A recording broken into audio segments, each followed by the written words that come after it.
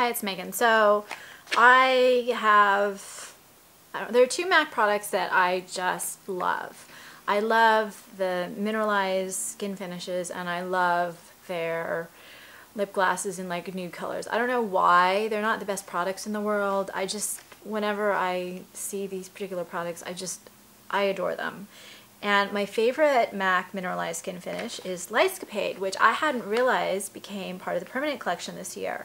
So when Lightscapade came out again, I was kind of tempted to get a dupe, a backup, because I had only bought one the first time around.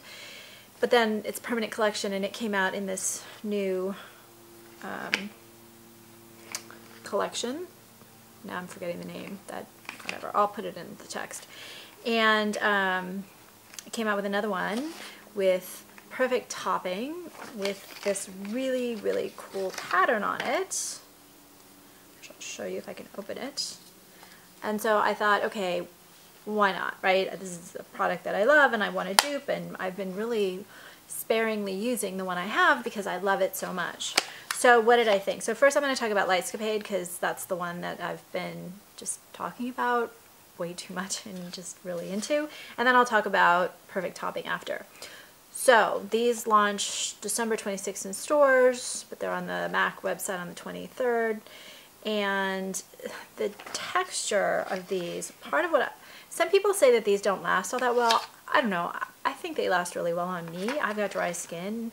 Even my skin just soaks it up, except that's not really going to happen. But what I like about them is that I find they're not metallic the way some highlights are. I think too many of the highlighters are super metallic, and too many of them are super gold. And I think with MAC, they balance it out. So it's not like they don't ever have super gold ones, but they almost, sometimes they do lean a little metallic for me, and even I've got good skin so I can wear metallic. Even then I'm like, oh, too much. But for the most part, I find the Mineralized skin finishes tone down the metallic and tone down the gold. So it gives kind of a softer highlight that I find just a lot more flattering and a lot more wearable. So, did I put the volume on? Yeah. So this is my new one, and this is my old one. So let me hold them up next to each other. You'll see automatically there's a difference in the shades. It's not a difference just in the texture of the product itself. There's actually a difference in the color. So this is the new one, a light beige. It has subtle warm undertones. It's kind of got a pearly sheen to it, which is normal for the Mineralized skin finish. And I think it is neutral to warm, where the old one was really truly neutral, which is why I loved it so much. So they're not going to show up super well on my wrist. I've got outdoor swatches, which I will have shown by now already in the video, but if you can see the two on my fingers, this is the old, this is the new.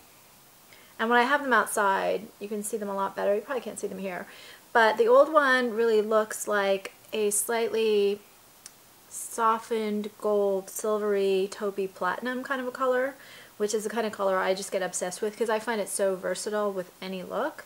And then the new one has more of like a gold undertone, almost a goldish pink, so it's a little bit warm. It's not that it's a bad highlighter, it's actually really, really gorgeous. And it does have, again, that softer, less metallic finish to it. It's just not the one that I expected. And I do think it's slightly more metallic than the old version, but barely. So that's not something I would hold against it. And you can see it's really marbled with all these cool colors, like blues and pinks and lavenders and pinks. It's just a really pretty highlighter. And I put it on my eyes, and then I lined, and I just put a little bit right here. But you can see it gives like a soft glow, but it doesn't make me look hard or shimmery or whatever else. The other thing that I'll sometimes do with this is put it on top of blush. I still like the new one, and these are, what, they're $32 for 0.35 ounces, and they're a little dry, but God, these helicopters in LA. Because it's got kind of that, this one seems the uniform finish, obviously with the colors. The other one's got a little bit more variation in colors, and that means where you put your brush is going to have more of an impact on how it looks. They're a little dry, but I didn't think that they're that dry. Like I said, I'm biased. They're not dewy, but I just think they look great on. Anyway, that's the first one. It's one of those products that I am always gonna find a way of loving. The next one is Perfect Topping. This one's described as a shimmery pale peach with lavender marble. Now, how great a description is that? What I found is like a golden peach. It's, again, warmer. So I like warmer, but I will go back to my first complaint on my Lightscapade, which is it's nice really when companies have a cool toned and a warm toned. I can wear both, but my daughter can only wear the cooler, lighter tones, and so I'm a little bit more conscious of it than I would be otherwise. But this is really pretty. So it's a shimmery pale peach with a kind of a golden warm yellow tone and a really pretty, again, the same finish, just that frosted sheen that I just love. Mine is flaking a little bit. I don't know why. I just dropped a whole bunch on the... So this is it. And you can see. So peach and lavender ends up being, like, can you see it? Again, the outdoor swatches are better. It ends up being like a peachy, cool pink.